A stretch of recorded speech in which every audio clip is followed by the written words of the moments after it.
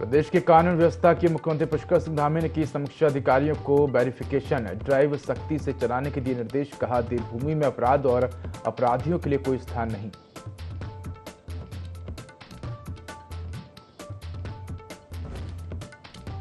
मंगलौर से भाजपा प्रत्याशी करतार सिंह भड़ाना ने किया नामांकन। सीएम धामी और प्रदेश अध्यक्ष के साथ वरिष्ठ नेता रहे मौजूद। कहा, इस बार मंगलौर में भी खिलेगा कमल।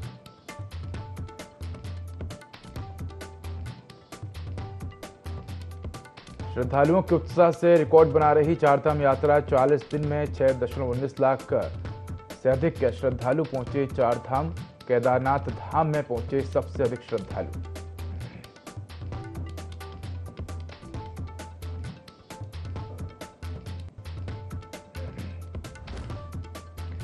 उत्तराखंड के कई जिलों में बदला मौसम। देहरादून समेत पौड़ी, टिहरी, रुद्रप्रयाग, पिथौरागढ़ में झमाझम बारिश। लोगों को गर्मी से मिली राहत।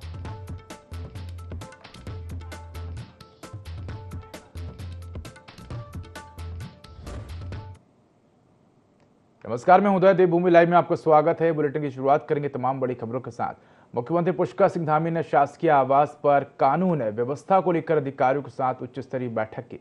इस दौरान प्रदेश में चल रही वेरिफिकेशन ड्राइव और अधिक सख्ती से चलाने के निर्देश दिए हैं। साथ ही कांवड़ यात्रा के प्रबंधन की विस्तृत कार्य योजना बनाने के निर्देश दिए और उत्तराखंड में जमीन खरीदने वालों के बैकग्राउंड की जांच के निर्देश भी दिए। सीएम धामी ने कहा कि विकासशील प्रदेश के लिए बेहतर कानून व्यवस्था महत्वपूर्ण है। अपराध के लिए कोई जगह नहीं है। प्रदेश में शांतिपूर्ण और भयमुक्त वातावरण बनाने के लिए प्रदेश सरकार संकल्पित है।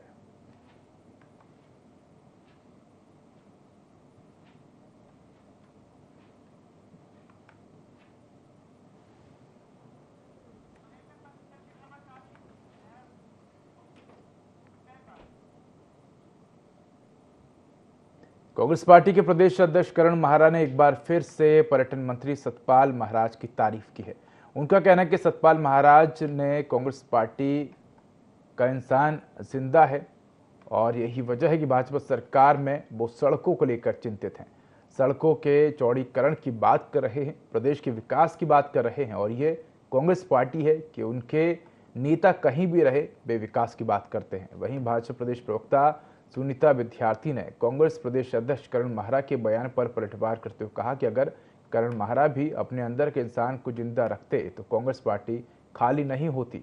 उन्होंने कहा कि मुख्यमंत्री पुष्कर सिंह धामी के नेतृत्व में पूरी कैबिनेट उनके साथ काम कर रही है और उत्तराखंड विकास की ओर बढ़ रहा है, उसमें कांग्रेस अपना श्रेय ना ले।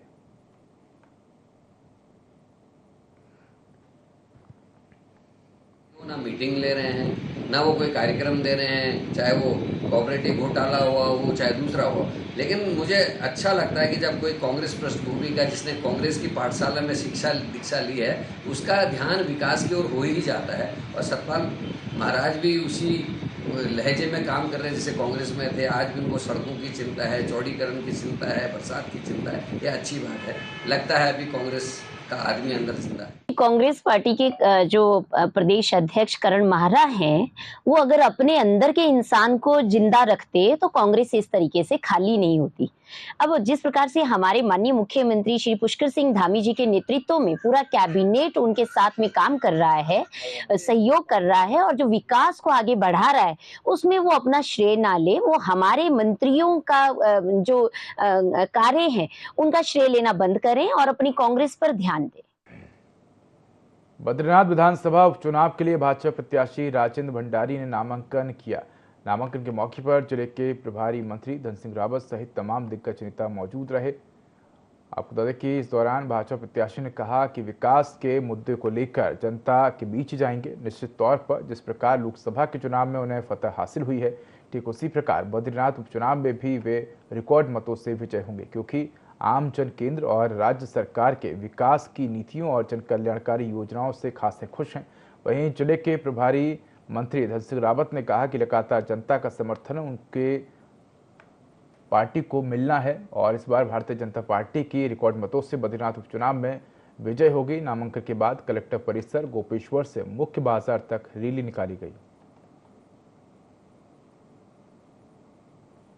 भारतीय जनता पार्टी का जो एजेंडा है वो विकास का एजेंडा है और विकास के आधार पर ही हम लोग वोट मांगते हैं। माननीय प्रधानमंत्री जी की नीतियों के अनुसार और उनका जो विज़न है उसके अनुसार पूरे राष्ट्र को मजबूती की ओर ले जाना है। सरकार हर स्तर पे काम कर रही है, चाहे दलित है, चाहे पिछड़े हैं, चाहे गरीब है, हर के लिए उत्थान के लिए काम कर रही है और हम लोग भी उस पर अपना काम करेंगे। 10 जुलाई को जैसे यहाँ के चुनाव हुए तो जैसे यहाँ से राजेंद्र भंडारी जी विधायक बनेंगे तो जो भी काम रह गए थे वो अब बहुत तेज़ गति से पूरे हो जाएंगे। और चमोली ज़िले के लोग तो वैसे भी भारतीय जनता पार्टी के साथ हमेशा रहे। 1991 से लेकर आज तक चमोली ज़िले में हमेशा लोगों ने भारतीय जनता पार्टी का साथ दिया है।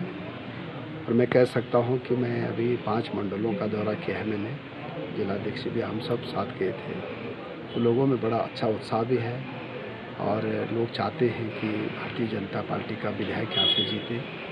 और मैं कह सकता हूँ कि लोगों ने अब कांग्रेस का जो गारंटी थी, झूठ की गारंटी, वो भी उनको पता चल गई।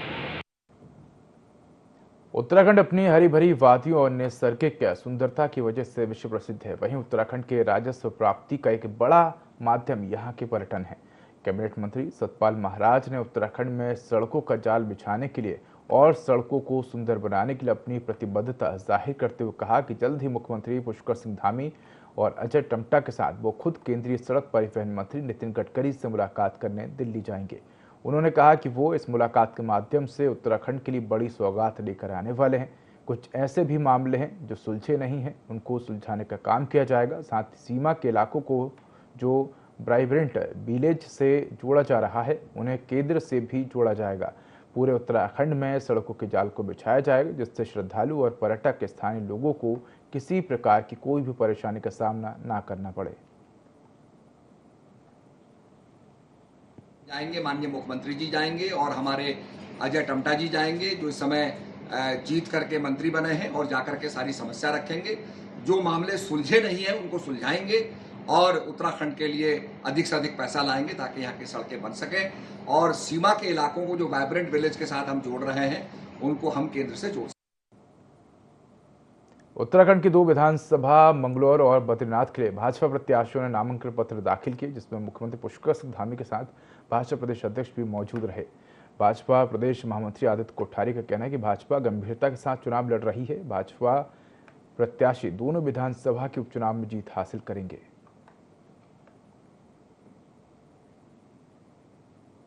उत्तराखंड की 2 विधानसभाओं के उपचुनाव का भारतीय जनता पार्टी के प्रत्याशी मंगलौर से श्री करतार सिंह भड़ाना जी और बद्रीनाथ विधानसभा से श्री राजेंद्र सिंह भंडारी जी नामांकन करने जा रहे हैं।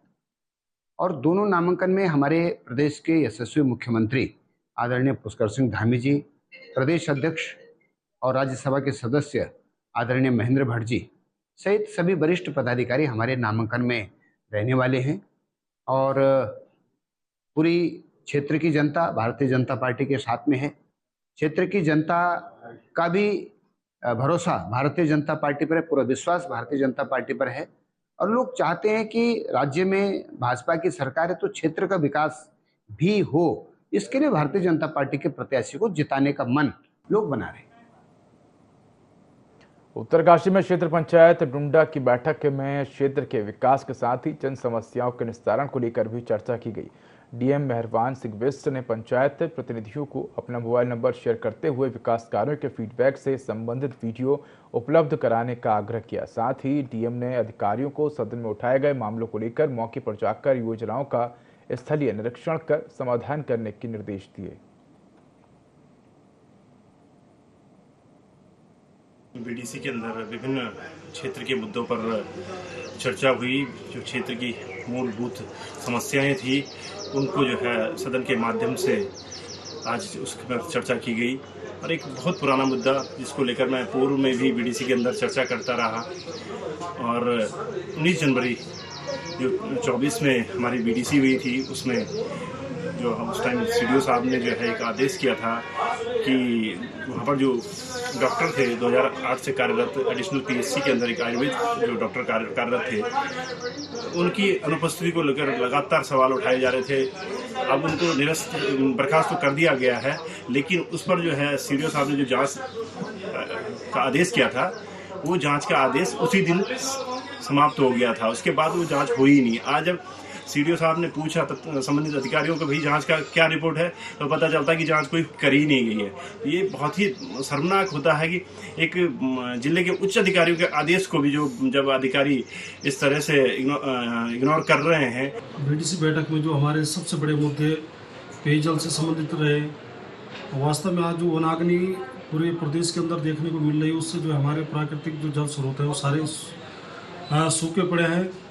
और डीएम साहब ने साफ निर्देश दिए हैं, काफ़ी चीज़ों में हमने सभी कर्मचारियों को निर्देश दिए हैं कि अधिकांश शिकायतें पेयजल में जो फर्स्ट प्रायोरिटी हमारी थी, जो गांव में बैठकर डीपीआर बननी थी, बड़ी योजना प्रधानमंत्री जी की ड्रीम प्रोजेक्ट योजना में जो विभागों के द्वारा सही तरीके से या स्थानीय पंचायत प्रतिनिधियों को साथ लेकर न चल कर के जो आज डीपीआर में इतनी शिकायतें सामने आ रही है उसका निस्तारण करने का हमने निर्देश दिए हैं। और मुझे पूर्ण विश्वास है कि आने वाले समय में जो आज हमारे जनप्रतिनिधियों के द्वारा तमाम प्रकार की जो समस्याएं उठाई गई है उसका निस्तारण हम सदन के माध्यम से करने का प्रयास करेंगे।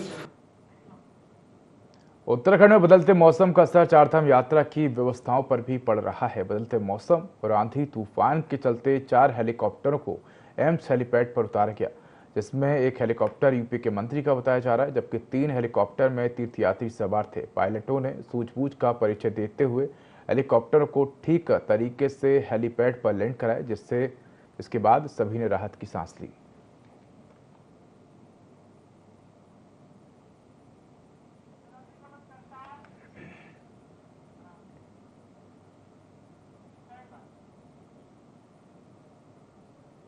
मंगलौर से बीजेपी प्रत्याशी करतार सिंह ने नामांकन पर्चा दाखिल कर दिया है। करतार सिंह के नामांकन में सीएम धामी खुद शामिल हुए।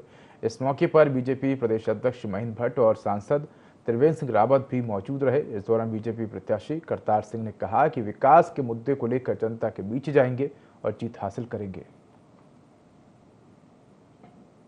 देहरादून आरटीओ लगातार लोगों की सुरक्षा के प्रतिबद्धता के साथ काम कर रहा है। देहरादून में हो रही सड़क दुर्घटनाओं को कम करने के लिए आरटीओ अधिकारियों ने अन्य विभागों के अधिकारियों के साथ मिलकर एक रोड मैप तैयार किया है, जिसमें कई ब्लैक स्पॉट को चिन्हित कर उनको दुरुस्त करने का काम किया जाएगा।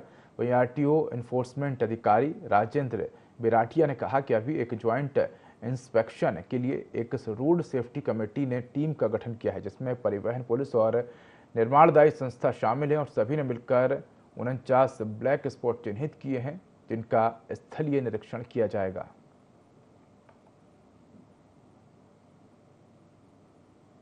एक जॉइंट इंस्पेक्शन के लिए एक रोड सेफ्टी कमेटी ने एक टीम का गठन किया है, जिसमें परिवहन से, पुलिस से और निर्माणदायी संस्था, संबंधित रोड निर्माणदायी संस्था जो है उसमें शामिल होंगे, जिसमें जो है हम लोग 49 जो ब्लैक स्पॉट जिले में हमने जो है चिन्हित किए हैं उनका जो है संयुक्त निरीक्षण किया जाएगा। उसमें क्या क्या कार्य हो चुके हैं और क्या क्या उसमें अभी कमियां बाकी हैं, उसका एक संयुक्त निरीक्षण अभी जो है ये बहुत जल्द ये टीम करने जा रही है।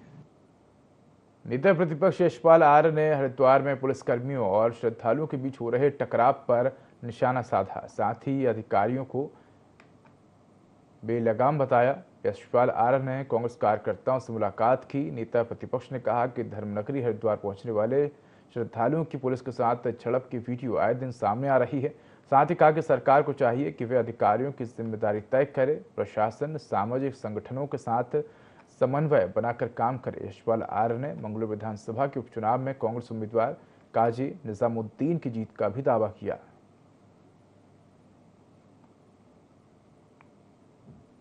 हमारे सामाजिक संगठन है, उनके बीच में सामंजस्य भी नहीं है। प्रशासन अगर चाहे तो ऐसी स्थितियों से बचाव कर सकता है, लेकिन प्रशासन का कोई लचीला रूप भी नहीं है। घटनाएं होती हैं, संदेश गलत जा रहा है पूरे देश भर में, लेकिन मैंने कहा ना कि सरकार को इन तमाम घटनाओं से कोई सरोकार नहीं है और जो एक सरकार को कार्य योजना तैयार करनी चाहिए थी, जो पहले से इंतजामात करने चाहिए थे, सिर्फ बैठकें करने का कोई औचित्य नहीं है। बैठकों के और जवाबदेही तय होनी चाहिए। सरकार की जिम्मेदारी है, जवाबदेही भी सरकार को तय करनी चाहिए, अधिकारियों को जिम्मेदारी तय करनी चाहिए, लेकिन सामंजस्य नहीं है, अधिकारी बेलगाम है। उपचुनाव को लेकर भाजपा ने तैयारी तेज कर दी है। ऐसे में मुख्यमंत्री पुष्कर सिंह धामी चमोली के गोपेश्वर पहुंचे, जहां उन्होंने गोपेश्वर बस स्टैंड में बद्रीनाथ विधानसभा सीट से राजन भंडारी के पक्ष में जनसभा की। जनसभा के दौरान जनसैलाब उमड़ पड़ा। इस दौरान सीएम ने जनता से भाजपा के पक्ष में वोट करने की अपील करते हुए भाजपा सरकार की उपलब्धियां गिनाई। बता दें कि बीजेपी प्रत्याशी राजन भंडारी के नामांकन के बाद भव्य जनसभा का आयोजन किया गया, जिसमें मुख्यमंत्री पुष्कर सिंह धामी ने शिरकत की।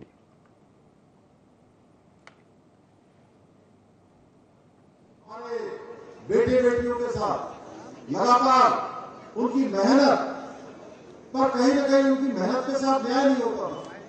हमने उत्तराखंड के अंदर देश का सबसे सख्त नकल कानून बनाया वाले बहनों, जिसमें हमने उम्र कैद तक की सजा का प्रावधान कर दिया। आज इसका परिणाम है कि हजारों हजार की संख्या में आज ऐसे हमारे परिवार के बेटे बेटियों को अनेक अनेक विभागों में नियुक्ति का अवसर मिल रहा है। पारदर्शिता के आधार पर उनका चयन हो रहा है। अब किसी को कोई सिफारिश लगाने की जरूरत नहीं पड़ती है, किसी से कुछ कहने की जरूरत नहीं पड़ती है। और मैं सच बताऊं आपको, मुझे खुशी होती है जब मैं प्रदेश के अनेक अनेक स्थानों पर जाता हूं तो ऐसे माता पिता मिलते हैं जो कहते हैं कि हमारा बेटा हमारी बेटी कई वर्षों से कई सारे परीक्षाओं में बैठ रहे थे, भाग ले रहे थे, लेकिन उनका चयन नहीं हो रहा था। भाइयों बहनों, ये नकल का अध्यादेश लागू होने के बाद अब एक ही बेटा एक ही बेटी, उसको एक साथ, एक नहीं, दो नहीं, तीन नहीं, चार नहीं, कुछ एक तो ऐसे है जो 4-4 और 5-5 परीक्षाओं में एक साथ इनका चयन हो गया। भाइयों बहनों, उनके माता पिता जिस प्रकार से हमको धन्यवाद करते हैं, शुभकामनाएं देते हैं, आशीर्वाद देते हैं, हमको लगता है कि ये हमारी पूंजी है, हमारी सरकार की एक बहुत बड़ी पूंजी है। भाइयों बहनों, इसके साथ ही आप सब जानते हैं लैंड जिहाद के खिलाफ जो हमने कार्रवाई करी, आज पूरे राज्य के अंदर एक अभियान चला कि जो अतिक्रमण है सरकारी जमीनों पर, जो कहीं पर नीली चादर चढ़ाई हुई है, कहीं पर पीली चादर चढ़ाई हुई है, कहीं पर हरी चादर चढ़ा दी। भाइयों बहनों, आने वाले समय में देश दुनिया के श्रद्धालु वहां आएंगे तो भगवान बद्री विशाल के उस प्रांगण के एक नए स्वरूप का दर्शन करेंगे। भाइयों बहनों, ये हमारी सरकार इसको आगे बढ़ाने का काम कर रही है। चंपावत के घाट सिंगदा क्षेत्र में आधे घंटे हुई मूसलाधार बारिश ने भारी तबाही मचाई। बारिश से घाट पनार एनएच कई जगह बंद हो गया, जिस कारण एनएच के दोनों ओर कई वाहन और यात्री फंस गए। बारिश इतनी तेज थी कि बारिश के पानी के साथ भारी मात्रा में मलबा पहाड़ी से सड़क में आ गया। गर्मी से लोगों ने राहत की सांस ली। आधे घंटे की तूफानी बारिश से नदी नाले उफान पर आ गए।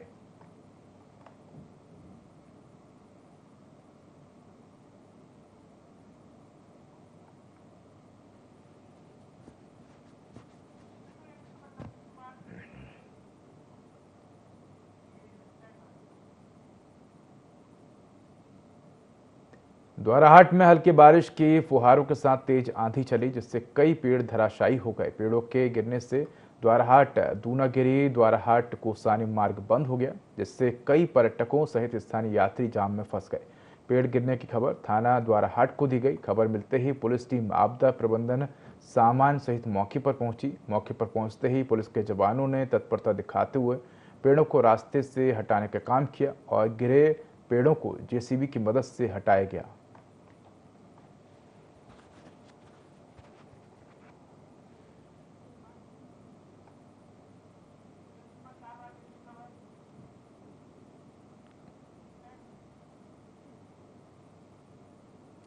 हरिद्वार में एक यूट्यूबर को मुफ्त की बियर बांटनी महंगी पड़ गई। दरअसल मामला हरिद्वार धर्मनगरी का है, जहां अंकुर चौधरी नामक युवक ने सोशल मीडिया पर अपनी धाक जमाने के लिए हरिद्वार में मुफ्त की बियर बांटनी शुरू कर दी और जिससे लोगों की आस्था को चोट पहुंची। जिसके बाद नाराज पुरोहितों ने पुलिस से युवक के खिलाफ कार्रवाई की मांग की। इसके बाद सिटकुल थाना हरिद्वार पुलिस ने युवक के खिलाफ चालानी कार्रवाई की और इसके बाद युवक ने धार्मिक आस्था को ठेस पहुंचाने को लेकर माफी मांगी।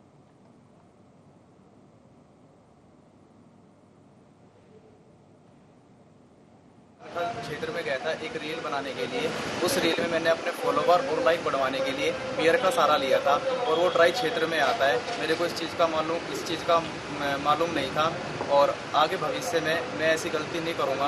और इस कार्य से जिस आदमी को भी, जिस क्षेत्रवासी को भी ठेस पहुँची है उससे मैं हाथ जोड़ के माफ़ी मांगता हूँ और इस संबंध में मेरे ऊपर कार्रवाई भी हुई जिसका मेरा चालान कटा है। यूट्यूबर अंकुर चौधरी के द्वारा अभी 2 दिन पूर्व हरिद्वार कंखल क्षेत्र में एक इंस्टाग्राम अपनी आईडी से एक वीडियो अपलोड किया गया था, जिसमें उसके द्वारा एक बियर की कैन को एक स्थान पर रख के उसको अपने सब्सक्राइबर बढ़ाने के लिए चैलेंज दिया जा रहा था।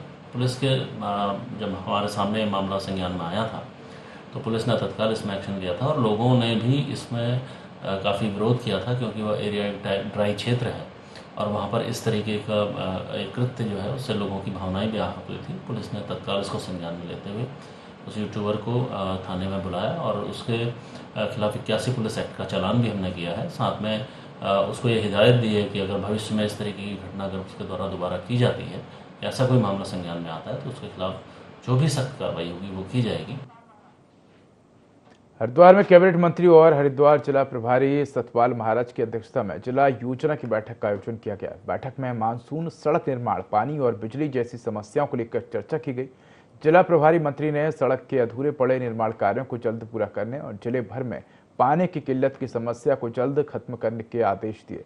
इस दौरान जिला प्रभारी मंत्री सतपाल महाराज ने बताया कि हरिद्वार जनपद की जिला वार्षिक बैठक में शासन ने वर्ष 2024-25 की प्रव्य धनराशि में 8% की बढ़ोतरी करते हुए 67 करोड़ 35 लाख रुपए की धनराशि निर्धारित की गई है।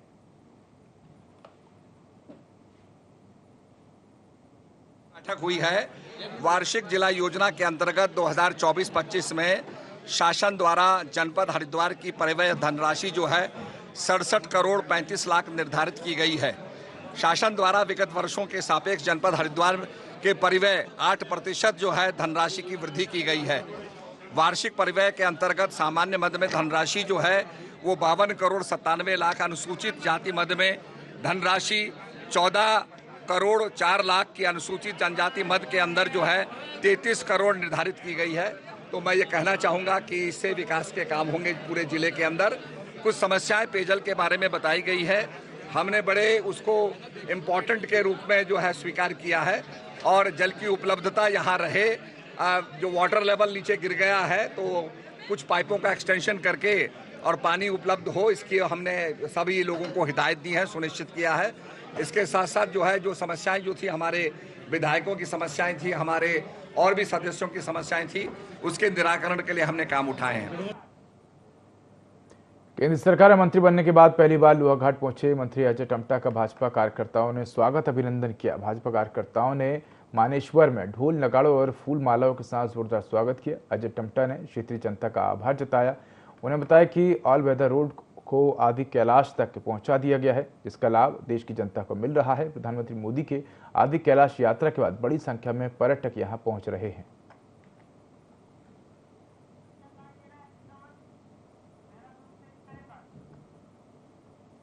राजधानी देहरादून में प्रॉपर्टी कारोबारी की हत्या के मामले में सरकार काफी सख्त है। मुख्यमंत्री पुष्कर सिंह धामी ने निर्देश दिए हैं कि माहौल खराब करने वालों के खिलाफ सख्त कार्रवाई की जाएगी। दर्जाधारी राज्य मंत्री मधु भट्ट ने कहा कि मुख्यमंत्री पुष्कर सिंह धामी ने दिशा निर्देश दिए हैं कि जो कानून व्यवस्था को खराब करने का काम करेंगे उनके खिलाफ सख्त कार्रवाई की जाएगी। साथ ही पुलिस प्रशासन को सख्त कार्रवाई करने के निर्देश दिए गए हैं।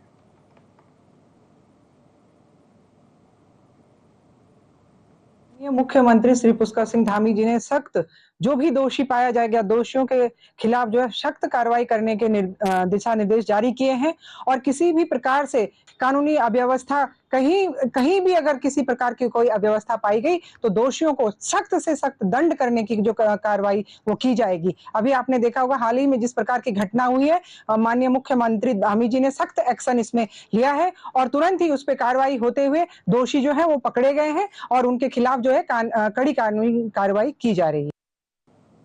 तो फिलहाल इस बुलेटिन में इतना ही। खबरों का अधिक अपडेट के लिए देखते रहिए i24। नमस्कार।